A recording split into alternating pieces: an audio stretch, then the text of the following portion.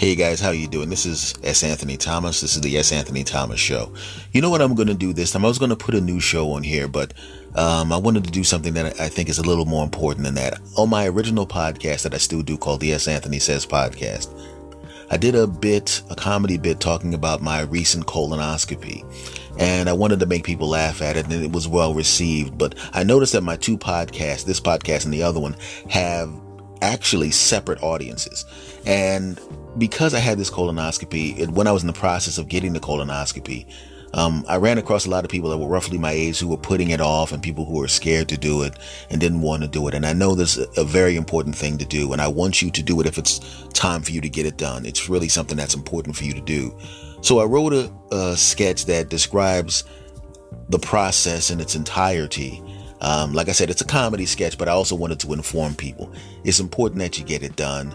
I want you to listen to this. I want you to laugh, but I also, of more importance, if it's time for you to go get it done, go get it done. It's important.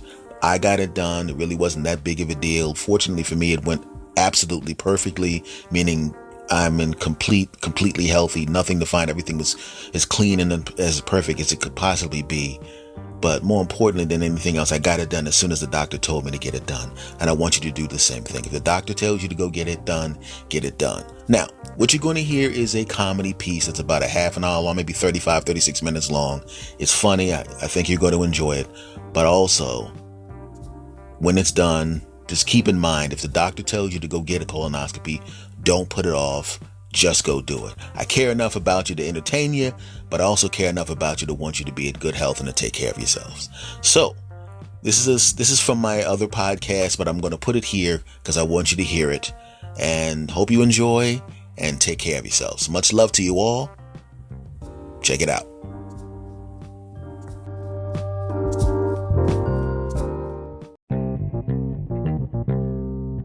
Well, hello. How you doing? This is the S. Anthony Thomas. This is the S. Anthony Says Podcast, episode number 357. You damn right. And my friends, of course, this is the first post-colonoscopy episode. For those of you that are not following me on social media, and I don't know why you're not. For those of you that are not following me on social media, and I don't know why you're not. Thankfully, everything is fine. Everything is great. Nice, clean, healthy, no polyp, no cancer, no problem colon, and I don't have to do that crap again for 10 damn years. Now, the funny thing about these things is when I was telling everybody about the colonoscopy, a lot of relatives and friends who were older than I am were going through the whole process of going, hey, man, don't worry about it.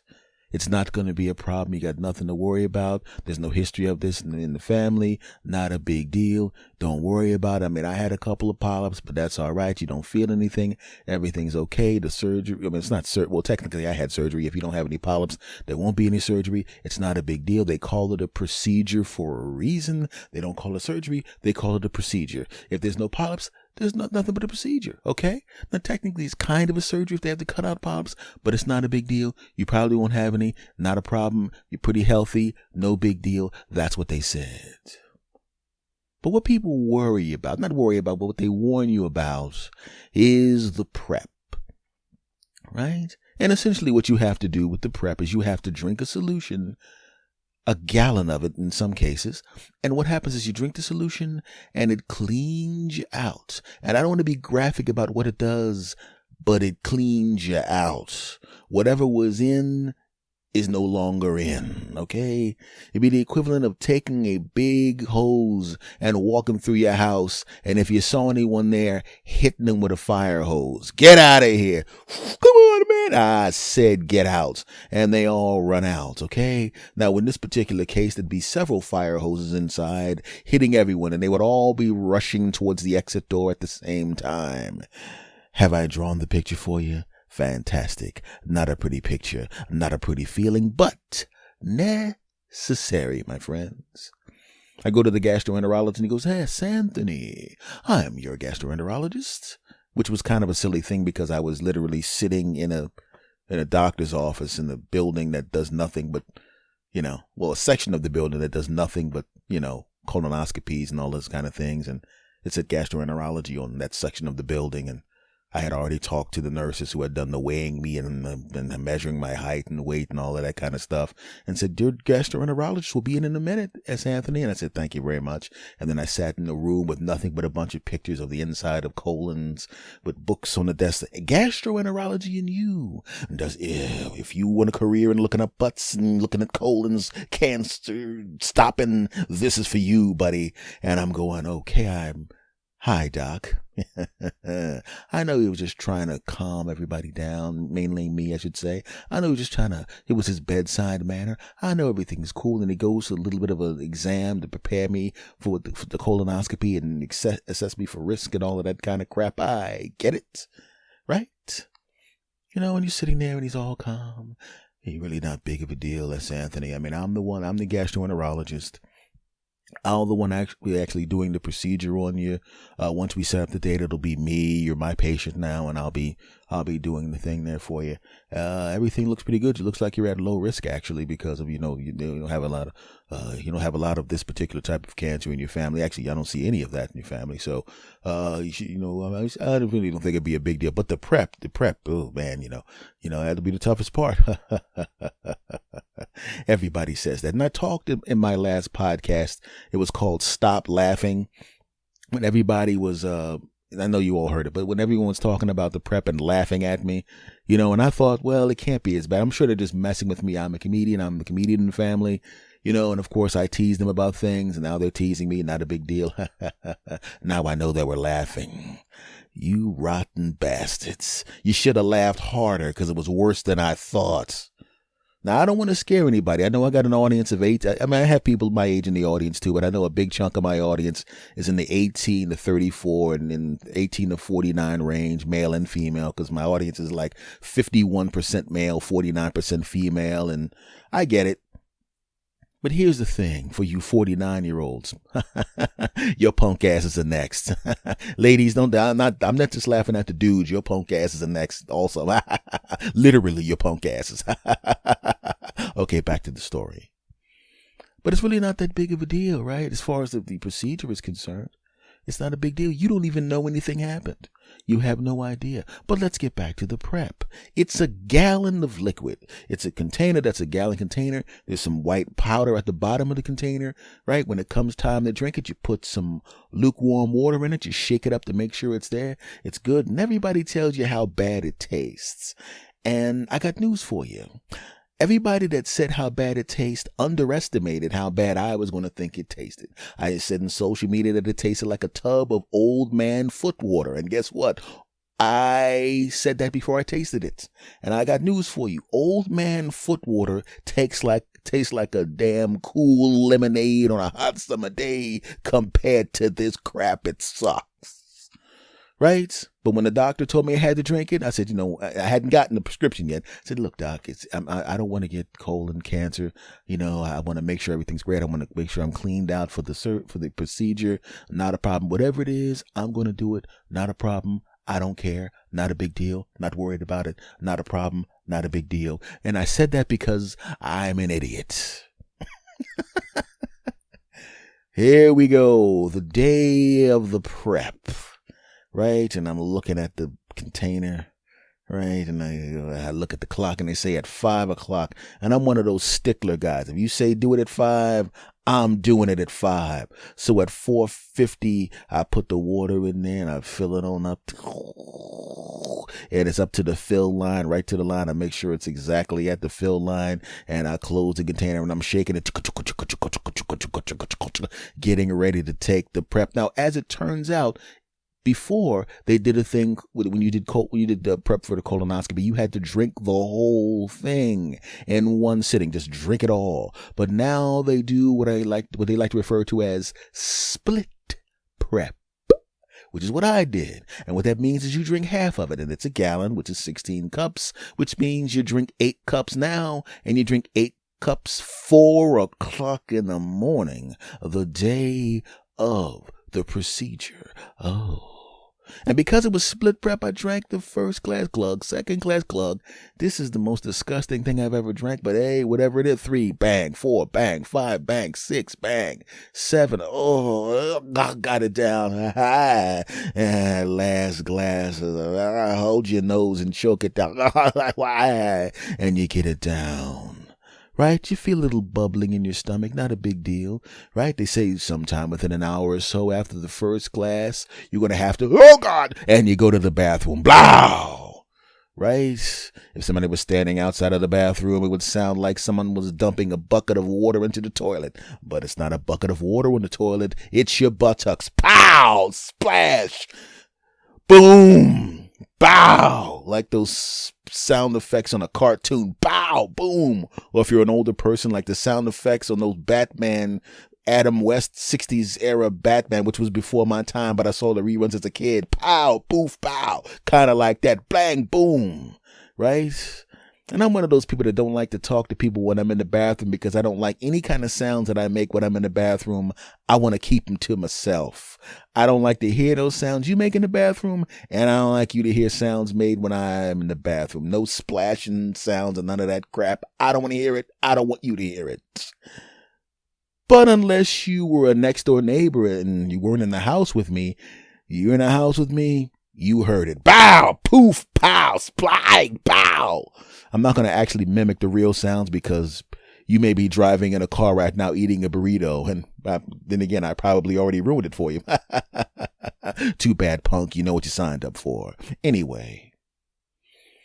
So that's what happened to you. You sit down and you go, well, that's got to be it, right? That's got to be it. There can't be anything else going on. You sit down, you start working on a computer. In my case, you start writing. You're still writing your podcast one of your podcasts is coming up. You're working on some stand-up material. You got to go back to the bathroom. And guess what? Bow, poof, pow, bang, boom, bow, bow, bang, bow. Sounds like a damn war zone in there. I'm surprised the SWAT team didn't bust in the house and say, we heard gunshots. Oh, it's just another middle-aged guy taking colonoscopy prep. We should have known. And leaving and going, sorry about your door, buddy, but we thought there was someone shooting in here.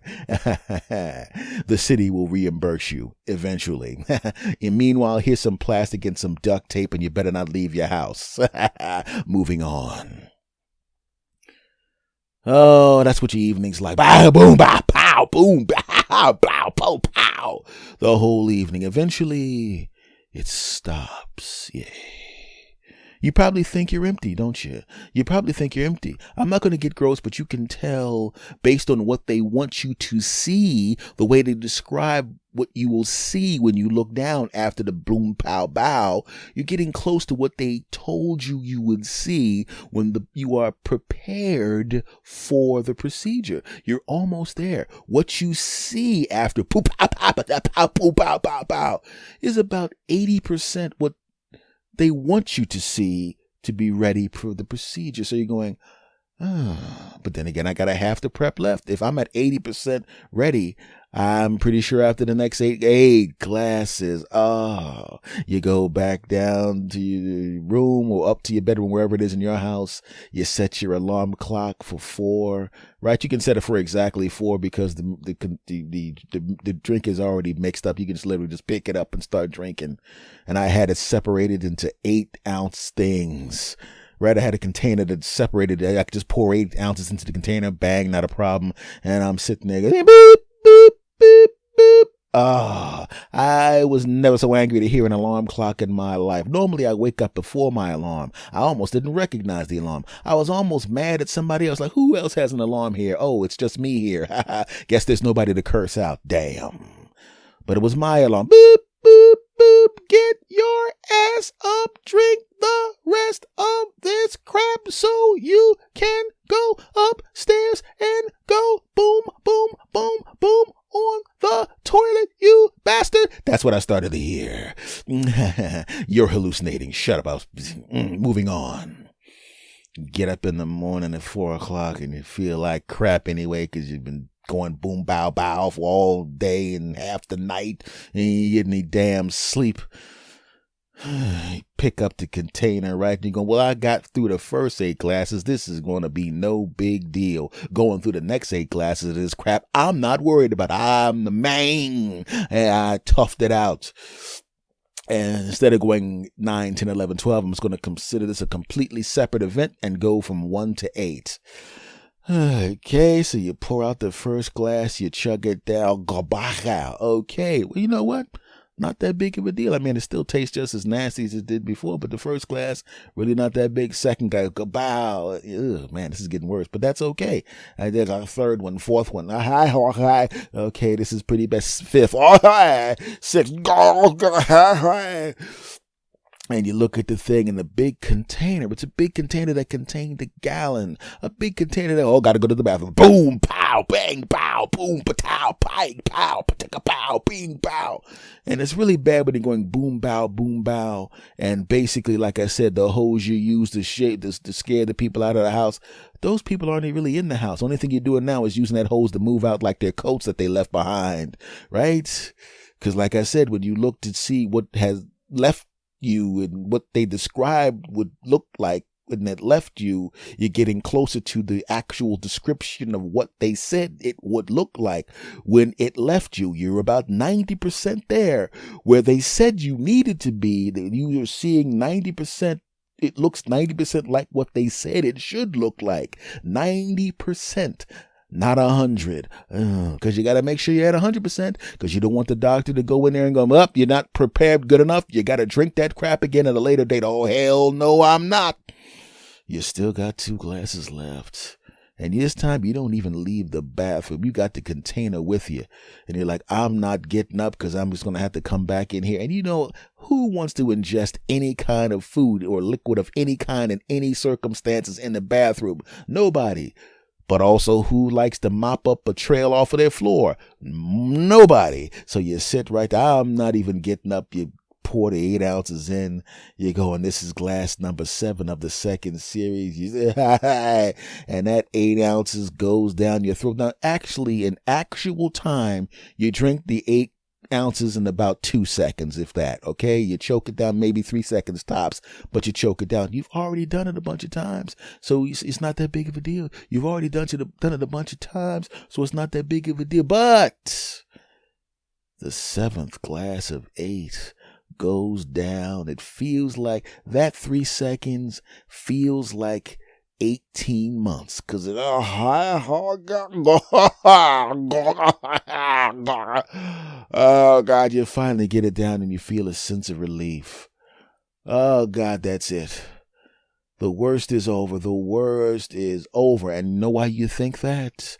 Because you're a moron. The worst is not over, because you look on the floor and you realize that the container is there and it looks empty. Then you hit it with your foot and it sloshes and you realize, you got 1 more glass left. You don't want to drink. We'll be back right after this short break. And now, back to the show. Drink that 1 glass. You just went boom, pow, pow, pow, a bunch of whole times. There's nothing. Oh God. And you pour it out when it comes time, because each drink comes at a 10-minute interval, by the way. And now, beep, beep, 6, 5, 4, 3, 2, 1. And the alarm on your phone goes off. Drink that crap. Drink that crap. Drink it, dude. I know you're full, but you gotta drink this crap. Don't stop now. The last thing you want to do is drink 15 glasses of this crap. Go to the gastroenterologist, find out that you're not cleaned and prepped well enough, and then you have to actually drink 16 more glasses within the next few days, because they'll just reschedule you, and you'll have to go through this process again within a month. Do you want to do this again? Do you want to do this again? Do you want to do this again? Then put me back down and drink that glass, you punk, chump, punk, chump, punk. I don't know why my phone was so aggressive. It should have just did the alarm. I didn't even know my phone could talk. Moving on.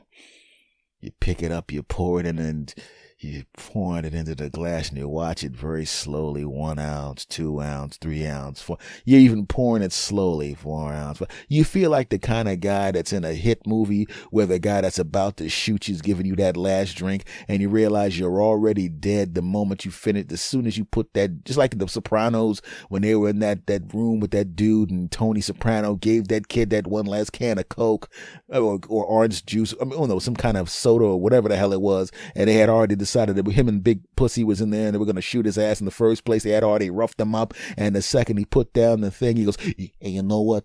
That's the last thing you'll ever drink. Come on, Tony. Come on, man. Blah, blah, blah, blah, blah. When they shot him, you all saw The Sopranos. Shut up. You know what I'm talking about. Back to me on the toilet drinking his crap. 6 ounces in the glass, 7 ounces in the glass, 8 ounces. And to get that glass from waist level, because that's where I was pouring it up to my mouth. I'm telling you right now, it was only 8 ounces of liquid, but I'm in the gym working out and I've done curls and bicep curls and quadruple curls and quintuple curls. And I'm telling you right now, the heaviest barbell I ever picked up is not as heavy as that glass was because I didn't want that crap in my face, but I had to put that crap in my face. So here it comes towards my face. Oh God, it's like 5 something in the morning and I'm sitting on a toilet drinking this crap. Bad choice of words, crap, right? Moving on. Put it up to my lips. I stopped in the middle. It's only a 3-second process to drink it, but at 1.5 seconds in the middle, I stopped and said, no, S. Anthony, you can do it. You can do it. You can do it. Then Rob Schneider bust into the bathroom. You can do it. Like he does in those Adam Sandler films. Rob Schneider was not at my house. You know what I'm saying? Shut up. I do comedy here. Give me a break, punk. And I drank the last of it. And now I could finally sit back. Well, actually, I would sit back and I could go, oh, that's over. The worst is over. Done. Why did I make that sound? Was it because I was going to the bathroom, another boom, boom, pow? No. It's because my stomach was so full, I actually started to feel nauseous. I thought I was going to throw up, right? I had picked my phone back up, looked it up real quick, and they said other people had this situation, right? And what they did was they walked around to get the feeling, if you walk around, the feeling of wanting to throw up will go away. So I got up and I walked around. Okay, what actually happened was I stood up and instead of cleaning myself and pulling up my pants and then walking around, I just started walking and I almost tripped and fell on the floor. I probably should have not have told you that. Then again, I mean, I've already embarrassed myself enough. So I almost fell down with my pants around my ankles.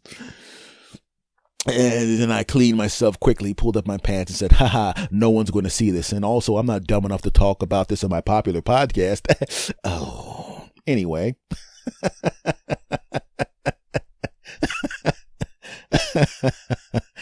Okay. So I cleaned myself, pulled the pants out, and I'm walking back and forth. And I'm telling you, man, it felt horrible, man. I felt like there was a tennis ball in the top of my stomach. It was just horrible. I was walking back and forth, like, oh God. And I was I've never been drunk or had a hangover, but I've had friends that I've, held their lady friends who drank too much, and I had to hold their hair from throwing up in this toilet. Like, oh God, this Anthony, I shouldn't have drank so much. I'm so, blah, And I'm like, oh man, I'm sounding like one of them now, And I was, and I walked around for about 10 minutes, and finally that feeling went away. And I'm going, great. The worst is over. Bow, boom, pow, plow, pow. I wound up back in the bathroom. Boom, bang, blow, pow, pow, pow, boom, pow, pow. Okay, it didn't make any scratching sounds to go into hip-hop music. It would have made a great song had I recorded it. Anyway, so I wait for my ride, and my cousin gives me a ride to the hospital, and I really appreciate you for giving me a ride to the hospital. I really appreciate you. But then again, I've given you rides to work at roughly the same amount of time in the morning, so shut up, punk. Actually, she was very, very gracious. And I walk into the doctor's office. And the funny thing about it is, like I said, and that wasn't, even though I added comedic flourishes to the prep, that's what it felt like taking the prep. And they were right to say that it was something that you don't look forward to. And I don't have to go back for another 10 years. And I'm already dreading having to go through that process again. So you're now in the doctor's office. You sit down in the doctor's office, right? They go through, hey, Mr. Thomas, the lady who did the intro, asking me some questions. She was a big Prince fan. We started talking about that, right? I go back into the room to sit down and wait to be called to go to the back room. And I'm going, this is great. Everybody warned me about the prep. The prep is over. Now I got to worry about the prep. No big deal. Not a problem. I don't care. The worst is OVE. Oh, no. Anybody in the bathroom, sir? No, thanks. Click. Boom, bow, bow. SWAT team bursts and bam. You again? Damn, bro. I said, why did you bust in here? This is a gastroenterology office. You should know that people make these sounds. They're like, yeah, but it's a better way to tie off the joke from earlier. Okay, that didn't happen. Shut up, y'all. I mean, the part about me running to the bathroom happened, but the SWAT team part didn't happen. I probably didn't have to explain that to you. You probably figured out that was, and then moving on. So like I said, the prep is the worst part. Everything after that's not a big deal. It really is nothing. And they were right about that. They were right about how horrible the prep was. And they were right about how nothing the actual procedure is. It's nothing. You go to the back, you hang up your clothes, you take off your clothes, you put on the robe, right? Make sure you tie the robe in the back so you don't get, Mr. Thomas, could you should close your robe. And I go, huh? Oh, sorry. I should have known my robe was open in the back with all of the people applauding. Okay, nobody applauded. They just said, dude, close your robe. F y'all, back to the story. Right? You sit in the chair. The anesthesiologist comes in, right? He talks to you. Hey, what's going on, buddy? What's going on? Yeah, we're going to do this, do that, do this. How tall are you? How high? How much do you weigh? How tall are you? How old are you? Okay. Family, this, that, and this, that, bop, gap, bop, bop. More questions, bloppity, gap, bop, scapty, bop, bloppity, bop. Sign this, sign that, sign this. Bop, blop, gap, gap, bop, gap, bop. And this guy's talkative and fun and charming. Then another guy comes in. I'll take over. Okay, Mr. Thomas. Absolutely, just one of those super professional people, so professional that you can't even remember what he looked like, and has, doesn't have the best personality. He's probably a great guy under normal circumstances, but he just wanted to get it over with. I get it. He's probably the main guy that signs off on everything. Not a problem. He doesn't have time to do small talk. Mr. Thomas, wait tight. This, that, yeah. Did you sign the thing? It's gonna be great. I gotta go. Bye, bastard. Bye. Right, nurse comes in, put the port in the back of your hand. Basically, it's for an IV in the back of your hand, so they can put in crap if you need crap to be put in. They hook you up with the things on your chest for the EKG. Right, they roll your ass back into the room. They put you on your side. They put a pillow under your head. Then they start the small talk. And you know what's great about it is, it's like, hi, you're Anthony? Oh, great. Oh, yeah. How you doing? Hey, it's okay for you to have your robe open this time, right? I guess so, huh? I guess that's, I forgot which joke I said, but whatever it was, I was joking with them. The first anesthesiologist comes back and he's the guy that was all talkative and friendly and cool. We're having a great conversation. This, that, hey, what's going on, buddy? Hey, I'll tell you this, I'll tell you that, I'm making food, this, that, it's not a problem. How about those Eagles, right? Sixers, all that crap. We're having a great time. The gastro comes in. He comes in. Hey, it's Anthony. Hey, how you doing? Told you I'd be the guy that would take care of you. Hey, what's going on, Doc? All right, it's not going to be a big deal. Then I see him standing behind me with this big black camera that looks like it's small. It's not as big as a garden hose. It's actually got about the width of your thumb or something like that. But it is what it is. He's got that there. So we're getting ready. He's putting the things on and getting the all the stuff ready. Then the anesthesiologist comes to me and goes, hey, okay, so Anthony, what I'm going to do right now is I'm going to put this in there and we're going to shoot it. A lot of people say this burns a little bit when it goes in, but I don't think, some people don't think it burns at all, and I'm going, burns. I can feel it. I can feel a little tingle in my head, but it doesn't burn. I can feel it, a sensation, but I don't think that it's, that it burns at all because, hi, Mr. Thomas, it went well. That's all you remember. That's how it happens. It's like, hey, I don't remember. This doesn't seem like it burns to me. Hi, Mr. Thomas. That's how you're probably in there for 30 minutes or so, having them do the whole groove, and you don't remember anything of it. You remember nothing of it, right? The next thing I know, they're handing me like juices and crackers and stuff. Hey, here's some crackers, here's some juices, and we're going to call, who you have? And I told them the relative that was going to pick me up. It was a different relative than the one that dropped me off because of different working hours. The other relative was retired, and she's going to pick me up. And I gave the number, and they had the number already, of course. And they go, okay, we're going to call them, and they're going to come pick you up. I said, oh, fantastic, right? You get up, and you're a little wobbly, not wobbly. I wasn't even more groggy than I would be if you woke up a little earlier than you expected to wake up.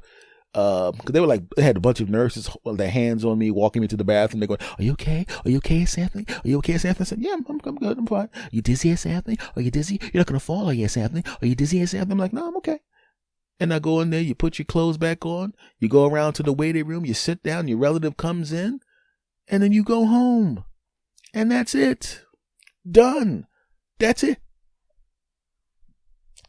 Granted, I don't want to scare anybody by telling you what the prep was like. I don't want to do that. But I'll be honest with you. As bad as the prep is, you know what's worse? Not having the procedure.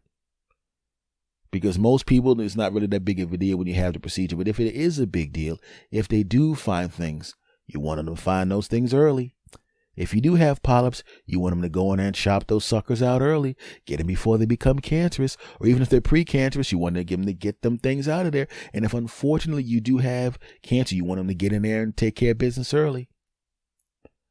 I don't care how bad the prep is. I'm not even kidding with you. If somebody said, listen, do that prep again, and I'm guaranteeing you will not have any kind of monster disease that's coming up. There's a disease that was shaken into the water. Everybody has it. If you go through that exact same prep again, I'm guaranteeing you won't go through it. I do it again tomorrow. Because as bad as it was nothing compared to what can happen if you don't do it. So if you're one of those guys like I was, because when the doctor told me that I had to go, well, she goes, Wes, you're 50 now, and even though you're at low risk, I think that's why I didn't say to go at 45. I didn't think it would be necessary, but now that you're 50, I think that you should go and have a colonoscopy. And I go, here's the information. Just call the doctor, set up an appointment, and go. And you don't have to go if you don't want to, but I would strongly recommend that you go. I said, okay, doc. And I go home. And I have the paper in my hand. I'm sitting in my house. I'm going, I ain't got nothing. I'm cool. I ain't got to worry about that. And I was literally going to wait until I saw the doctor again and then go, you know what, doc? I'm going to do it now. And as it turns out, because my colon is healthy and there's no polyps and no nothing, it's like a perfectly clean and healthy colon. It wouldn't have really mattered in the grand scheme of things. And I probably would have went and had the colonoscopy a year from now or 6 months from now or whatever, thinking, what was the big deal, huh? But that's not the point. If your doctor tells you that that's what you need to do, go and get it done. I know, like I said, I know the prep sucks, but it's important that you do that. I was wondering, about the doctor himself when he goes home, what it's like for him, though. You know what I mean? It's like, because I know they can do as many as 24 of those procedures a day. If everybody's colon that they see during the course of the day is like mine, and it's a half an hour process, no big deal. In, look, out, done, out, finished. The only time it takes longer is if there's polyps to cut out. A polyp really is not that big of a deal. But if a person has a lot of polyps, they got to stay in that person's colon and chop them out and do all sorts of crap. So that means if the number of colonoscopies the doctor does is high, it means that there's probably more healthy colons. And if the number is low, that means they had to do more surgery. So I guess if they go home to talk to their spouse, the spouse probably know what kind of day they had based on the number. Like, say you're the husband. It's your turn to cook. Your wife comes home. She's a gastroenterologist. She walks in the house. Hey, Dave. Hey, baby, what's going on? How was it today? 22 colons. Oh, so you had a good, easy day today. It was a great day. A bunch of healthy people. It was great. I didn't have no bad news. And back in it. Right? But what if she walks in the house? Hey, babe, how's it going? 7 colons. Damn! 7. Ooh. I'm telling you, baby. This. Oh, God. I just wish everybody's colon was like S. Anthony's colon. Because his doctor just called him and said, I just saw the most beautiful and perfect colon of all time. And I said, well, if it's beautiful and perfect, it must be from S. Anthony. And he goes, yeah, S. Anthony, super. He has the most beautiful and healthy colon of all time. Anyway, I mean, this guy, man, why was it 7? Why would it was only 7? How would it was down to 7? Well, I mean, I had to, some other gastroenterologists had to cover for me because they had a bunch of patients with healthy colons. And I was really I spent a truckload of time in this one guy's colon. Damn, what was wrong with him? He had a bunch of polyps? Had a bunch of polyps? No, you don't understand. This man did not have a bunch of polyps. Okay? His polyps had colon. Do you understand what I'm saying? His polyps he had more polyp than colon. Okay? I didn't even know what to do with him. He's still in the operating room. I just walked up and said, "The hell with it," and then we pushed him down the steps. Okay, now, I'm sorry. That's ridiculous. So, okay. Now I'm going to wrap this up real quick. I just want to say this. Look, guys, to my audience members who are heading towards 45, if your doctor says go, the second he or she says to go, get it done. Just go and get it done. It is important, and I want you to live. For those of you that are older and have not get it done, stop being idiots. Get your ass into the damn doctor and have him put that camera in your ass and make sure everything's okay, you dumb bastards. All right? That's my PSA. Don't be a dumb bastard. Let your doctor get up in that ass. You think that would be a good commercial? Hi, I'm S. Anthony Thomas, popular comedian and podcaster, host of the S. Anthony Says podcast and the S. Anthony Thomas Show, both successful podcasts. And of course, you're old fans of mine because you have taste and you can hear. And of course, I'm a sex symbol. Anyway, recently I had a colonoscopy, and although the prep is horrible, what's really horrible is colon cancer. And I don't want you to have colon cancer. So whatever you do, if your doctor tells you to go in for screening, go in for screening. It could save your life. And like I always say, don't be a dumb bastard. Get to the doctor's office and let your doctor dig in that ass and make sure you're not going to get croaked by the second biggest cancer killer in the country, you stupid bastard. Get your punk ass in there and let the doctor cram that camera all up in that ass to make sure you're doing good, stupid. By the way, that's going to be on t-shirts and we're going to sell those to raise money. Who's fired as a spokesperson? I am. Okay, sorry. I was just trying to help. I'm going to be escorted from the building. I'll leave myself because those guys look like they hit people. Moving on. All right, folks, this has been episode number 357 of the S. Anthony Says podcast. Thank you for everything. Thank you for all the love you've been showing me. Thank you for telling your friends about the podcast. And those of you that haven't told your friends about the podcast, tell them. His podcast is everywhere. iTunes, Stitcher Radio, Apple Podcast, TuneIn Radio, iHeartRadio, Spotify. It's everywhere, baby. Everywhere. And I want to thank you again. And I will see you again. Me and my incredibly clean colon will see you again next week. And now, my friends, I'm going to say goodbye the way I always say goodbye. I'm going to do it on the count of 3. And I want you to do it with me. I know you're in your car with your family. It doesn't matter. It doesn't matter. I want them all to do it. And if they don't do it, rewind back to this part and make them do it with you because you're the one driving the car. They got to do what you say. It's your car. Tell them to shut up and do it. Are you ready? Cool. We're going to do it on the count of 3. Are you ready? Of course you are. 1, 2, 3. S. Anthony. Out. Go. S. Anthony Thomas. Go. S. Anthony Thomas. Go. S. Anthony Thomas. Go. S. Anthony Thomas. Go ahead and laugh. Go ahead and smile. Go ahead and giggle. We're gonna get wild. Go ahead and clap. Go ahead and cheer. We're gonna have a good time while up in here. Go. S. Anthony Thomas. Go. S.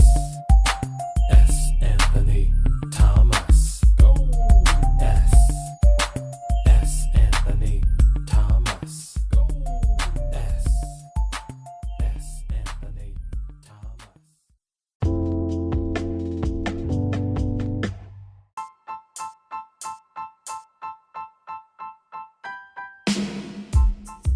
All right, everybody. That was a special edition. I hope you enjoyed that. I just wanted, like I said, I wanted to put that out there because I wanted to make you laugh, but I also wanted to inspire you to, if you need to go get that procedure done, that you really, really should go get it done.